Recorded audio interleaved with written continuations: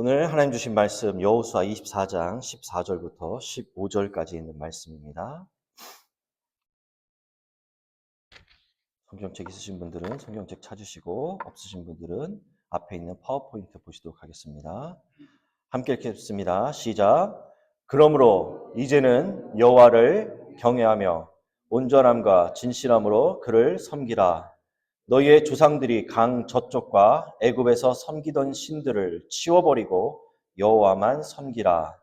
만일 여호와를 섬기는 것이 너희에게 좋지 않게 보이거든 너희 조상들이 강 저쪽에서 섬기던 신들이든지 또는 너희가 거주하는 땅에 있는 아모리 족속의 신들이든지 너희가 섬길 자를 오늘 택하라. 오직 나와 내 집은 여호와를 섬기겠노라 하니. 아멘. 지난주 말씀 잠시 리뷰하도록 하겠습니다. 지난주 리더의 정체성, 바울에 대해서 말씀을 나눴습니다. 바울이 리더로서 갖고 있었던 그런 삶이 있는데 당시 고린도 교회에 무슨 일이 있었어요? 아볼로파냐, 게바파냐, 바울파냐, 당을 짓는 일들이 있었죠. 그런데 그러한 가운데 바울이 말합니다. 나는 그리스도의 일꾼이다라고. 그래서 일꾼이 무슨 뜻이다? 배 아래에서 노를 젓는 사람. 네. 근데 이 노를 젓는다는 그것이 뭐냐? 한번 노를 젓기 시작하면은 죽을 때까지 노를 젓는 그러한 위치에 있는 사람이다. 그 사람들은 고린도 교회 성도들은 바울이냐 아볼로냐 게바냐 굉장히 그들을 지도자로서 존경하는 것은 좋지만 그것이 당을 짓고 팔을 나누고 그러다 보니 혼란스러운 일들이 있었지만 바울은 자신을 스스로 얘기를 합니다. 나는 그리스도의 일꾼이다. 난 배 아래서 노 젓는 일꾼과 같은 사람이야. 내 뜻대로 이렇게 인도하는 것이 아니라 나는 오직 나의 주인이시고 지휘관 되시고 나의 선장이 되시는 주님의 말씀에 따라서 나는 배를 놓아가는 사람일 뿐이다 라고 말합니다. 또 어떤 사람이라고 얘기를 합니까? 나는 하나님의 비밀을 맡은 자다. 당시 헬라 그 문화권에서는 이 비밀이라는 것이 뭐냐면은 다른 그러한 종교, 신비 종교에서 그 종교에 입문하는 사람들에게 뭔가 이렇게 비밀스러운 교리, 또 신성한 의식을 이렇게 알려준다고 해서 그러한 비밀을 이렇게 얘기했는데 우리에게 주어진 비밀은 뭐예요? 복음이다. 예. 오직 우리는 그 하나님을 통해서 복음을 통해서 드러난 그 은밀한 지식이 복음임을 나누었습니다. 그래서 그 복음을 어떻게 해요? 그리스도의 비밀을 바울은 맡은 자라고 얘기합니다. 이 맡은 자에 대한 의미, 청직이다라고 말씀을 나누었습니다. 근데 그 청지기는 어떠한 사람인가? 어떠한 상황에서도 흔들리지 않아야 돼요. 변함이 없어야 돼요. 신실해야 돼요. 정직해야 돼요. 자기에게 주어진 그러한 모든 책임과 의무를 다하는 사람이 청직이다. 그러면서 맡은 자들에게 구할 것은 충성이다라는 의미와 함께 바로 충성하는 리더로서 바울은 삶을 살고자 약속했다는 거예요. 피스티스라는 말, 충성, 믿음, 신뢰, 신실함. 이 중심 잡힌 마음으로 언행일치가 되고요. 이렇게 저렇게 흔들리지 않고 온전하게 신실하게 하나님의 뜻을 따른다라는 그러한 말씀을 나누었습니다. 그래서 복음에 대해서도 충성, 바로 복음에 대한 신실성이 요구된다라는 것. 그런데 바울이요. 그리스도의 일꾼이다. 또 나는 비밀을 맡은 자다. 맡은 자들에게 구할 것은 충성이다. 나는 이런 충성을 다하겠다라고 다짐한 이유가 무엇이냐는 거예요. 바로 바울이 닮고자 했던 분이 누구예요? 예수 그리스도. 예수 그리스도께서 하나님의 일꾼으로서 사역을 감당하셨고요. 또 예수 그리스도께서 하나님의 비밀을 맡은 자로서 이 땅에 복음을 전하시고 고치시고 또한 가르치시는 일들을 하셨고요. 또 죽기까지 충성하셨음에 바울이 그 예수 그리스도를 닮고자 하는 마음으로 고린도 교회 성도들에게 우리 당 짓지 맙시다. 누구누구 파 나누지 맙시다. 우리가 충성된 일꾼으로 복음을 위해서 하나됨을 이룹시다라고 강조한다라는 것. 말씀을 지난주에 나누었습니다. 오늘은요. 어떤 말씀을 나눌까 기도하는 가운데 5월 첫 주 5월 가정의 달이잖아요. 여호와만 섬기라라는 제목으로 함께 여러분들과 말씀을 나누기를 원합니다. 요즘에도 좀 그런 일이 있는지 모르겠는데 제가 어린 시절에만 해도요. 집안에 가훈이라는 거 있죠. 가훈. 우리 이원희 목사님 가훈 있으셨어요? 되게? 예. 저희 집에 어린 시절에, 초등학교 시절에 가훈이 뭐였냐면은 로마서 12장 11절 말씀이었어요. 앞에 보실까요? 한번 읽어보실래요? 부지런하여 게으르지 말고 열심을 품고 주를 섬기라. 이게 저희 집 가훈이었어요. 그때 당시 아마 제 기억에 정확히는 모르겠지만 초등학교 그 애들 중에 자기네 집 가훈을 이렇게 적어와서 그거를 무슨 콘테스트? 무슨 뭐 경연대회? 어느 집 가훈이 더 좋은가 뭐 그런 것도 한번 있었던 것 같은 그러한 생각을 해보게 됩니다. 근데 그때는 이 말씀의 의미를 잘 몰랐어요. 어릴 때니까 그냥 게으르지 말고 부지런하라, 그냥 열심을 주를 섬기라라는 그러한 의미로만 생각했는데 주의 길을 가는 과정 속에 이 말씀이 다시 한번 마음속에 새겨지면서요. 아, 우리가 예수 그리스도를 믿는 성도로서 정말 어떻게 예수 그리스도를 믿을 것인지에 대한 확실한 답이 이 말씀 속에 담겨 있다라는 생각을 하면서 다시 한번 말씀을 준비하면서 생각을 해보게 되었습니다. 그런데 이 가훈이 떠오른 이유가 뭐냐면은 오늘 본문에 이 비슷한 말씀이 있어요. 말씀을 준비하다가 이 가훈이 생각나는데 오늘 본문에 뭐라고 되어 있냐면은 오직 나와 내 집은 여호와를 섬기겠노라 하니라고 기록되어져 있다라는 거지. 오늘 본문이 24장이잖아요. 24장은 어떠한 말씀을 적혀져 있는가? 이스라엘 민족 전체에게 전할 말씀이고요. 23장에서는 이스라엘 민족 지도자들에게 전한 여호수아가 자신의 삶을 이제 얼마 남겨두지 않은 가운데 꼭 전하고 싶은 말씀, 남기고 싶은 유언과 같은 말씀을 23장과 24장을 통해서 전하고 있습니다. 왜 이러한 글들을 남겼을까라고 생각해 봤을 때 저는 그런 생각이 들어요. 그의 삶 속에서 느낀 하나님을 전하고 싶었다라는 생각이 들어요. 여호수아의 삶을 한번 보시기 바랍니다.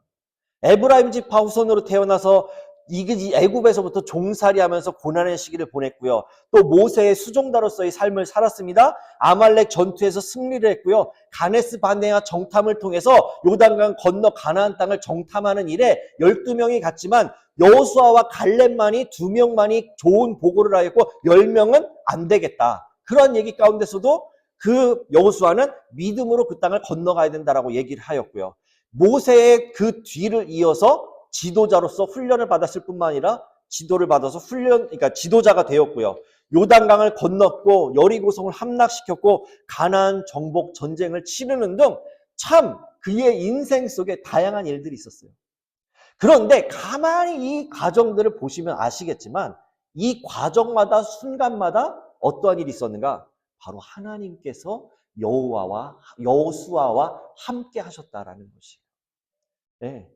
매 순간이 보세요. 이집트에서 출애굽하는데 여호와 하나님 아니고서는 출애굽할 수가 없었지요. 그 바로 왕의 강팍함, 장자의 죽음까지 맞이하고 나서야 이제 놓아줬잖아요. 근데 놓아줬는데 그걸로 끝나요? 아니죠. 쫓아와서 다시 잡으려고 할 때 홍해가 가로막혔는데 홍해를 가르고 건넜죠. 뭐 많은 여러 가지 전투 속에서 또 여리고성을 함락시키는 그 과정들, 이게 하나님의 역사가 아니고서는 자신의 삶이 설명이 될 수가 없었다라는 것이에요.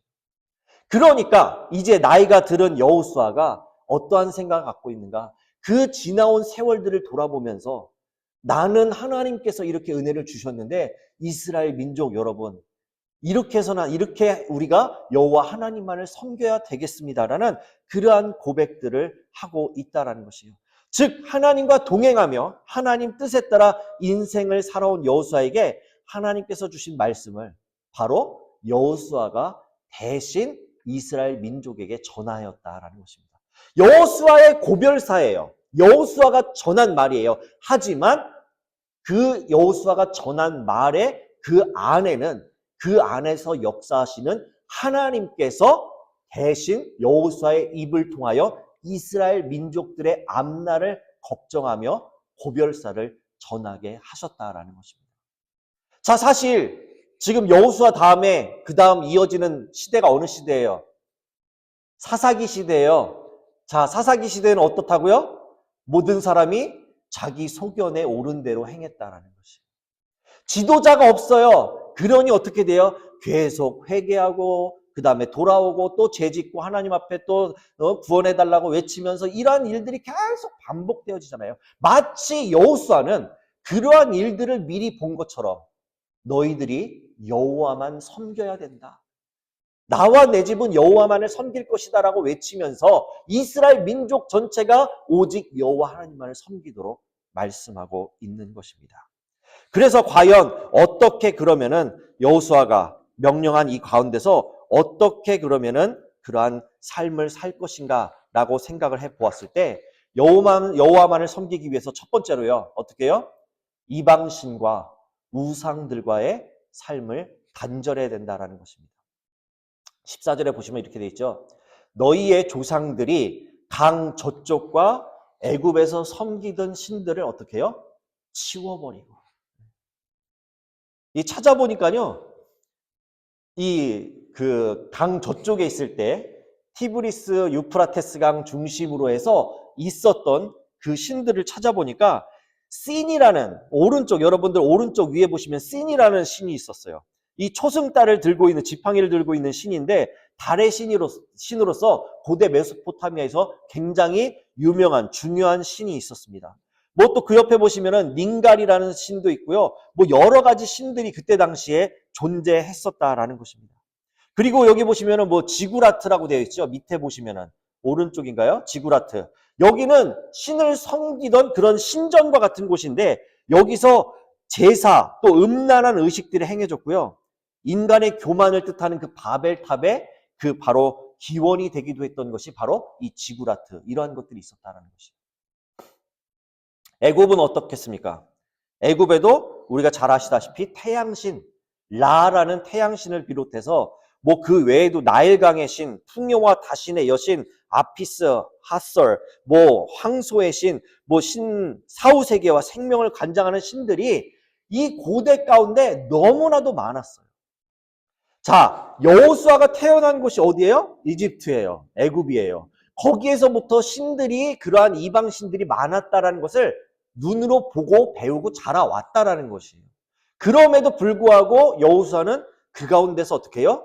믿음의 대를 이어 계속 그 여호와 하나님만을 섬기며 그 과정을 삶을 살아왔기 때문에 너무나도 잘 아는 거예요. 주변에 신들이 많기 때문에.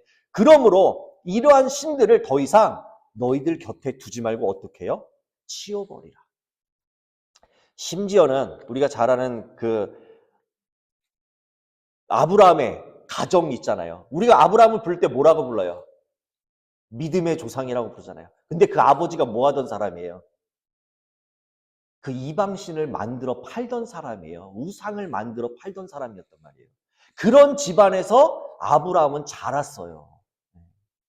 그러니까 그걸 너무 잘 아니까 여호수아가 24장 2절에 뭐라 합니까? 옛적에 너희 조상들 곧 아브라함의 아버지 나홀의 아버지 데라가 강 저쪽에 거주하며 다른 신들을 섬겼으나 다른 신들을 섬긴 일이 있었다라는 것이에요.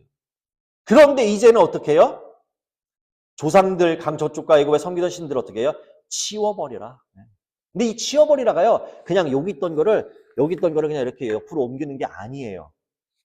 바로 이것을 완전히 뽑아내버리듯이 제거해버리듯이 없애버리다라는 의미가 치워버리고라는 하시루라는 단어 속에 담겨져 있다라는 것이에요.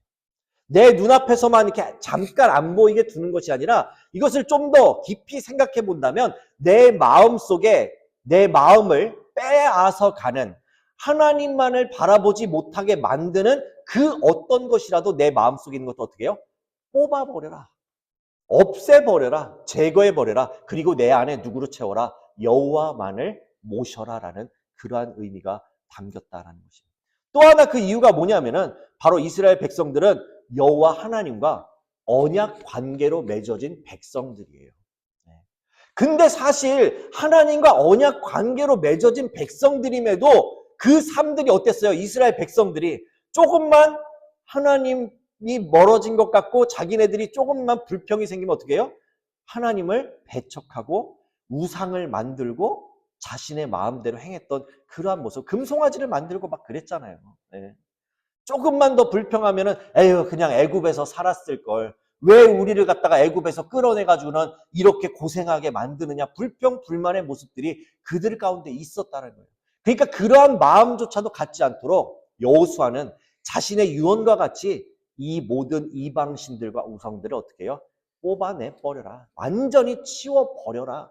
그렇지 않으면은 너희들의 마음을 이방신에게 언제든지 뺏길 수 있는 가능성이 많기 때문에 오직 여호와만 섬기라라고 말씀하고 있는 것입니다. 그렇다면 이런 생각을 해봐요. 오늘날은 과연 이방신 우상들이 없나요? 너무나도 많죠. 뭐 가장 대표적인 게 이게 무슨 신 같아요? 맘몬. 맘몬 신 아세요?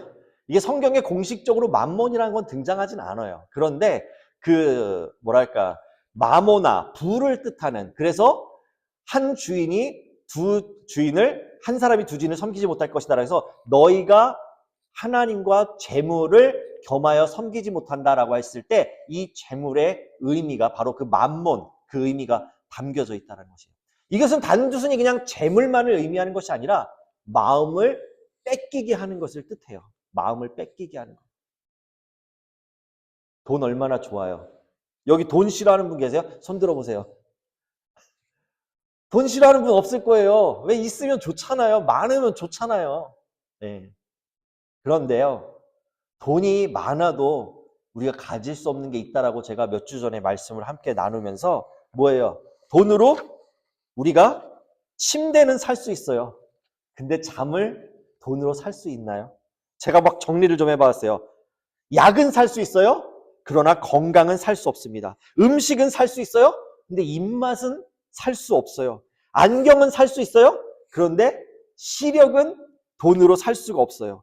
우리 어떤 직위는, 어떤 위치는 뭐 돈으로도 살 수 있지만 존경심 같은 거는 돈으로 살 수 없다는 것. 뭐 책은 살 수 있지만 우리가 지혜는 살 수 없고요. 학위는 우리가 공부하다 보면 살 수 있지만 실력은 살 수 없고요. 우리 믿는 자에게 필요한 말씀이 있어요. 우리가 파는 거, 기독교 서점에 가면 십자가는 살 수 있어요. 그런데 뭐는 살 수 없어요? 구원은 돈으로 살 수 없다라는 사실. 네. 물질이 다가 아니라는 거예요. 근데요, 지금 말씀드린 이러한 것들, 물질로, 돈으로 살 수 있는 것과 돈으로 살 수 없는 것에 가치를 두고 본다면 어느 것이 가치 있어요? 돈으로 살 수 없는 것이 더 훨씬 가치가 있다라는 것이에요. 왜냐? 돈으로는 살 수 없기 때문에.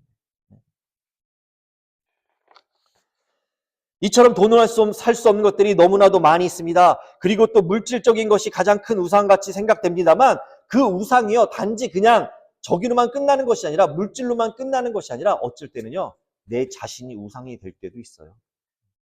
내가 조금 잘나거나 그러면요, 얼마든지 교만할 수도 있고요, 얼마든지 내 잘난 맛에 살아가면서 하나님 없이도 내가 우상이 돼서 살아가는 일들이 많이 있어요. 오늘날 그 아이들, K-팝 스타들 얼마나 대단해요. 뭐 전 세계를 돌아다니면서, 예? 뭐 요번에 뭐 BTS가 세계를 뭐 70 몇 개 공연을 한다고 할 정도로 어마어마하잖아요. 벌어들이는 돈이 얼마나 많겠어요. 예?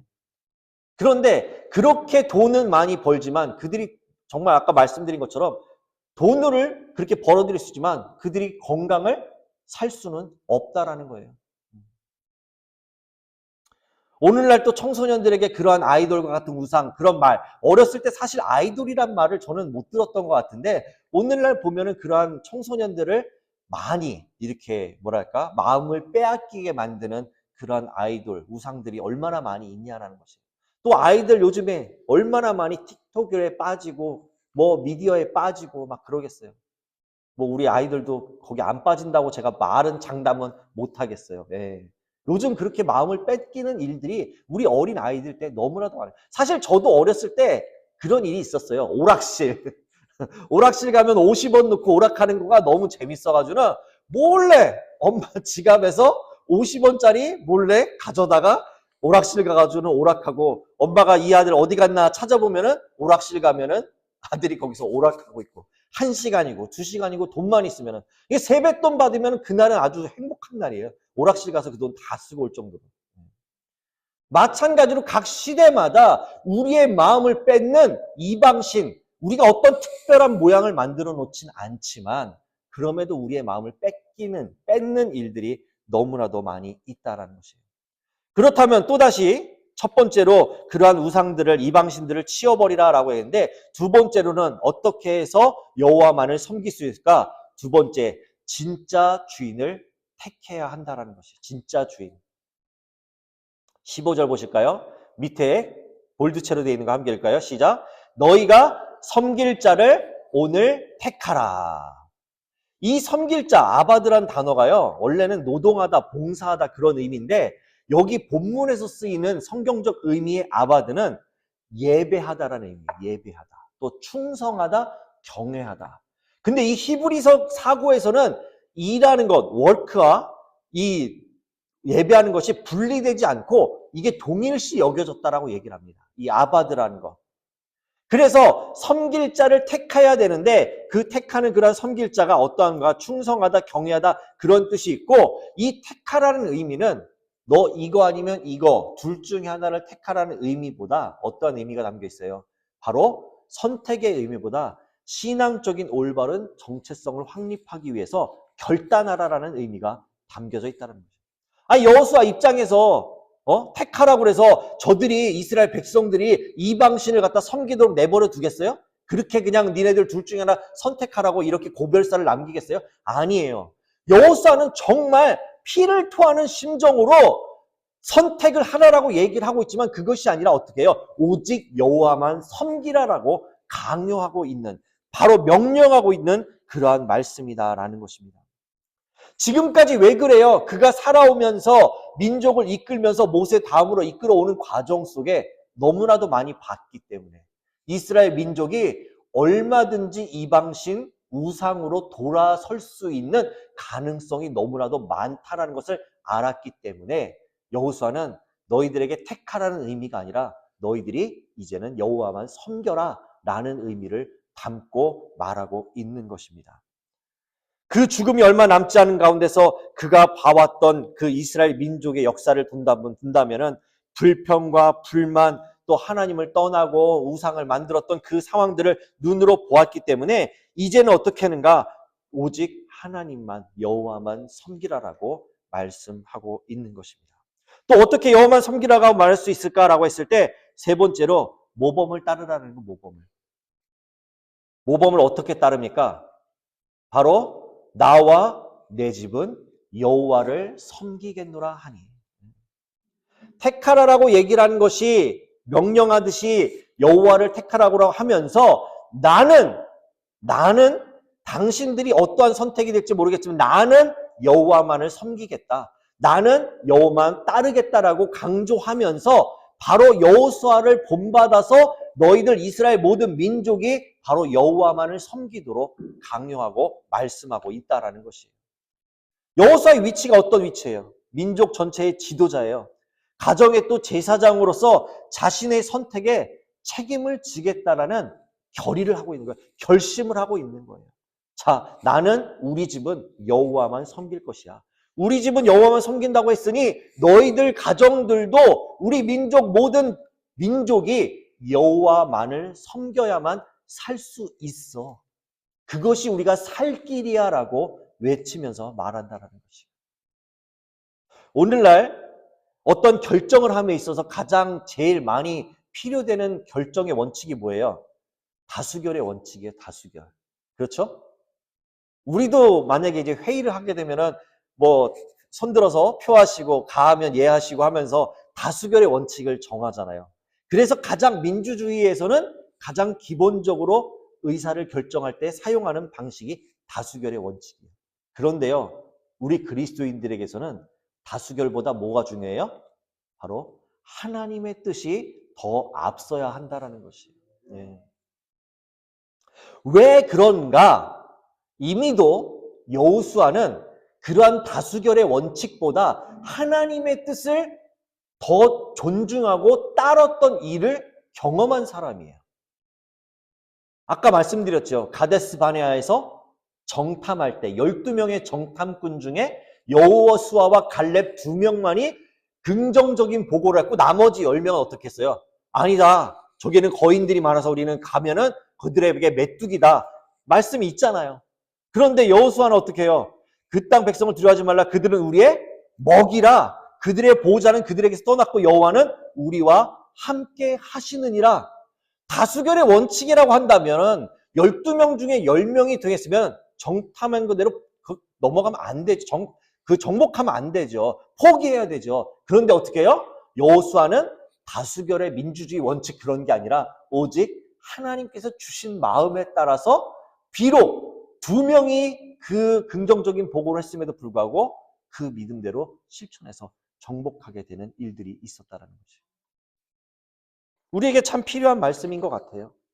오늘날 이 시대를 살아가는 가운데 모든 것이 다 다수결로 다 되는 것이 아니라 정말 이것이 하나님의 뜻인가라고 고민하면서 정말 이것이 하나님의 뜻이라고 한다면 밀어붙일 수 있는 죽기 살기로 이것을 지키고자 하는 모습이 있어야 한다는 거예요. 자, 요즘에 세상이 어때요? 동성애, 낙태, 뭐 이런 것들 지금 뭐 법 제정들을 하고 있잖아요. 다수결로 정하고 있잖아요. 근데 그것이 성경적이에요? 아니죠. 그러니까 우리 그리스도인들이 목소리를 내야 된다는 거예요. 그런 일이 있을 때. 다수결로만 따를 것이 아니라 우리 그리스도인들에게 중요한 것은 하나님의 원칙, 하나님의 뜻을 따를 때 올바른 사회가 하나님의 나라가 이루어질 수 있다는 것입니다. 오래전에요. 제가 참 그 기억에 남는 그러한 광고 하나가 있었어요. 우리 안수 집사님과도 상관이 있어요. 한번 보실까요?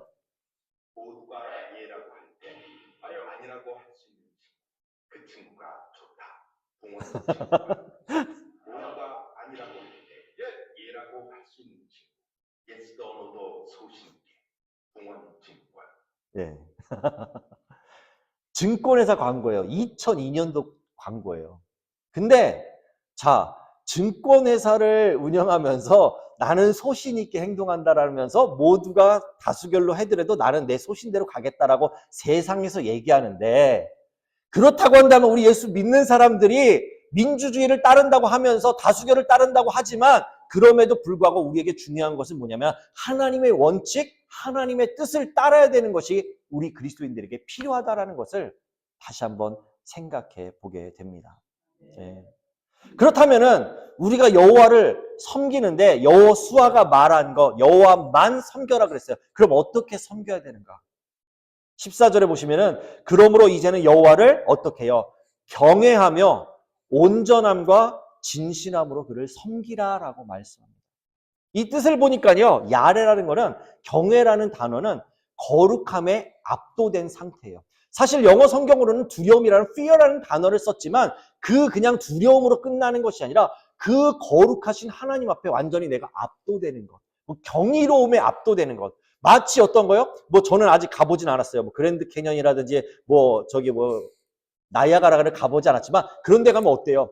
그 자연 앞에 뭐 압도된다라는 느낌 있잖아요. 와, 대단하다 하듯이. 마치 그런 것처럼 그 하나님의 놀라우신 그곳에 압도되는 것, 거룩함에 압도되는 것이 야레의 뜻이에요.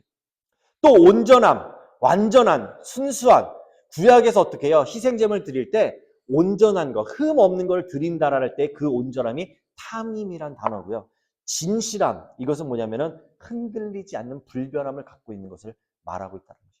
즉, 나눠지지 않은 순수한 마음으로 변치 않는 견고할 태도를 가지고 어떻게 해요? 하나님을 내 삶의 최고의 권위로 모셔라 라는 의미가 바로 담겨져 있다라는 것입니다. 그래서 이러한 상황 속에서 바로 얘기를 합니다. 너희가 오늘 섬길 자를 오늘 택하라라고 여호수아는 말씀하고 있습니다. 사랑하는 뉴욕교회 성도 여러분, 너희가 섬길 자를 택하라라고 얘기합니다. 여기에요. 무슨 말을 할 수 있느냐? 중간은 없어요. 네. 세상의 편안함, 안락함, 하나님 중심의 삶 사이에서 고민하지 마시기 바랍니다. 만약 그동안 하나님보다 더 의지하고 살아온 삶이 있었다고 한다면 이제 과감하게 여러분 그것들을 치워버리시고 내 삶의 중심에 하나님만을 모시고 여호와만을 섬기시기 바랍니다. 그리고요 절대 틈을 내어주시면 안 돼요. 아주 마귀가 좋아하는 게 아주 틈이에요, 틈. 네. 부부간에도 살짝 틈이 벌어지면 그 틈을 마귀가 파고 들어와요. 사람들과의 관계 속에 오늘 너무 좋아. 우리 사이가 너무 좋아. 비즈니스 관계로 만났지만 나와 쿵짝이 너무 잘 맞는 것 같아. 그런데 어느 순간 그 사이에 조그마한 미세한 틈이 생기잖아요. 그 틈을 마귀는 노리고 들어와서 갈라놓는 거예요. 하나님은 하나 되게 만드세요. 그런데 악한 영들은 어떻게 해요? 나눠지게 하는 거예요. 바벨탑 사건 기억하시잖아요. 바벨탑에서 막 모여서 잘 될 것처럼 서로 언어가 통하니까 막 쌓아 올라가요. 잘 될 것 같아요. 그런데 하나님께서 어떻게 해요? 언어를 흐트러 버리시니까 다 무너져 버리는 거예요. 그 사건이 사실 신약 시대로 넘어와서 어떠한 사건으로 연결해져요? 바로 오순절 성령 강림 사건에서 언어가 다른데 한 소리로 들리는 사건으로 하나 된다는 거예요. 그러므로 여러분, 너희가 섬길 자를 오늘 택하라는 이 말씀을 저는 여러분들에게 혹시라도 집에 가온이 없으시다고 한다면은 이 가온을 오직 나와 내 집은 여호와를 섬기겠다라는 생각으로 또 이 말씀을 올 가정의 달에 여러분의 마음속에 새기면서 정말 우리가 주님만을 모시고 살아야 하는 그러한 삶이 될 수 있기를 간절히 축원드립니다. 그러한 삶이 될 수 있기를 다시 한번 간절히 축원드립니다. 아멘. 기도드리겠습니다.